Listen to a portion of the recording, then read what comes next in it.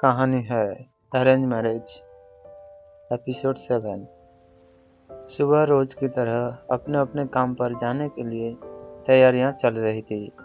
नाश्ता बन रहा था, कुछ लोग बाथरूम में नहा रहे थे, कुछ कपड़े पहन के तैयार हो रहे थे। शीला जोर से चिल्ला के कहा, अरे कहाँ हो, तुम्हारा फोन बज रहा है। राजेश ने बाथरूम से आवाज दी, मैं तो नहा रहा हूँ, तुम देखो कौन है। सुबह सुबह बस यही काम और बचा है मेरे लिए, होगा कोई तुम्हारा फलटूपुर दोस्त। अरे जाके देखो तो एक बार, राजेश ने कहा। शीला ने कहा, हाँ जा रही हूँ। हेलो, कौन? शीला ने फोन रिसीव किया।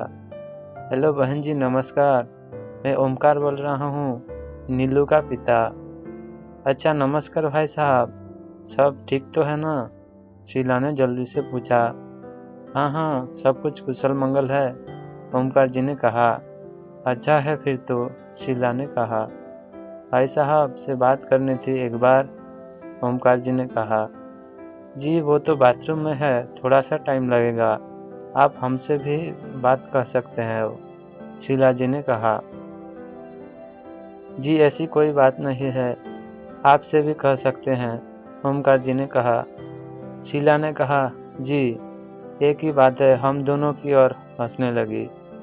ओमकार जी भी मुस्कुरा दिए और बोले, अगर आप बुरा ना माने तो वो क्या है ना कि हमारे बहनोई जी ने कहा कि वो एक बार लड़के से और आप लोगों से मिलना चाहते हैं, उसके बाद मिलकर सब लोग गोद भराई की तारीख फिक्स कर लेंगे। शीला जी ने चिंता जताते हुए कहा, नहीं जी ऐसी कोई बात नहीं है, लेकिन सब कुछ तय होने के बाद भी कोई दिक्कत है क्या आपको? ओमकार जी ने कहा, नहीं जी हमें कोई दिक्कत नहीं है, लेकिन बहनोई भी हमारे ही है, तो उनकी भी बात सामने पड़ेगी, इसलिए उनके खातिर एक बार फिर सब फिक्स हो जाएगा। शीला जी ने कहा, ठीक है, हमें कोई परेशानी नहीं है, जब चाहो आ जाओ। ओमकार जी ने कहा, तो मुंह मीठा करने हम कल ही आ जाते हैं। शीला जी ने भी हामी भर दी और राधे राधे कह के कॉल कट कर दी। इतने में राजेश जी भी बाहर आ चुके थे। उन्होंने गर्मजोशी से पूछा, कौन था? इतनी देर में किससे बात हो रही थी? शीला ने कहा, तुम न हर वक्त ओमकार जी का कॉल था। राजेश ने पूछा, अच्छा तो समधी जी से बतिया रही थी, जरा उनके चक्कर में हमें मत भूल जाना। शीला ने नाक सुकड़ते हुए कहा, तुम्हें मजाक सूझ रहा है? राजेश ने कहा, क्यों, क्या हुआ बताओ, क्या कह रहे थे?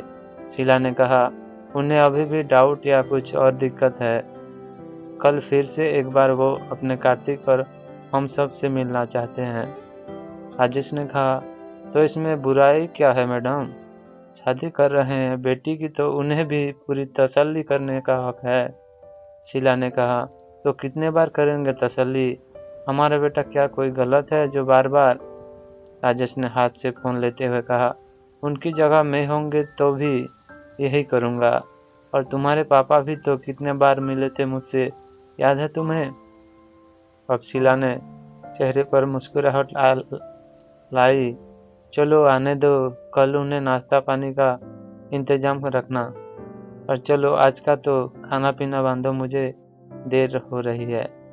और हाँ अपने लाडले से कह देना कल की ऑफिस से छुट्टी ले ले, नहीं तो वो लोग यहाँ आए और साहब ऑफिस चले जाएं। हाँ बोल दूंगी, शीला ने कहा। शीला रूम से बाहर आई तो कार्तिक तैयार होकर नाश्ते के लिए टेबल पर बैठा है। शीला ने जल्दी से नाश्ता दिया और कार्तिक से कहा, कार्तिक बेटा वो क्या है कि कल की तुम ऑफिस से छुट्टी ले लेना। कार्तिक ने नाश्ता खाते हुए पूछा, क्यों? शीला ने कहा, वो लड़की वाले कल तुमसे मिलने आ रहे हैं। कार्तिक ने कहा, फिर से? शीला ने कहा, हाँ वो ना एक बार और तुमसे और हम सब से मिलना चाहते हैं, और साथ ही रिश्ते के लिए डेट भी फिक्स करना चाहते हैं। कार्तिक ने कुछ कहा नहीं और नाश्ता जल्दी से खत्म करके, ओके माँ मैं चलता हूँ, ऑफिस के लिए लेट हो रहा है। शीला ने भी हाँ बोल दिया। कार्तिक जल्दी से अपनी बाइक निकल के ऑफिस के लिए चला जाता है। थोड़ी देर में रिया भी तैयार होकर कॉलेज के लिए जाने लगी। उसके बाद राजेश जी भी अपना स्कूटर निकल के जाने लगे। तभी शीला ने उन्हें टोकते हुए कहा, तुम कहाँ जा रहे हो?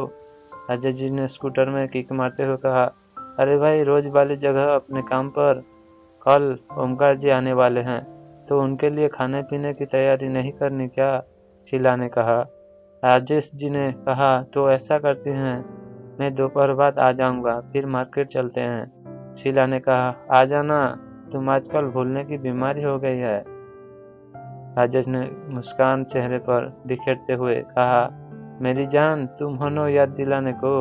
शीला ने डांटते हुए कहा, आगे पीछे तो देख लिया करो, पीछे माँ जी बैठी हैं, कहाँ भी शुरू हो जाते हो।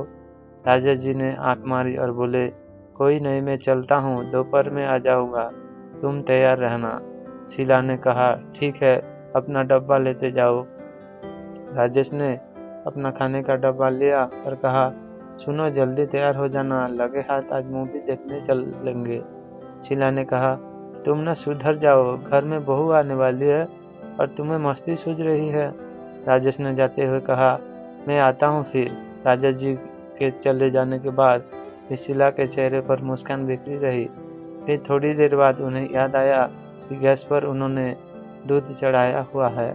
जल्दी से वो किचन की ओर दौड़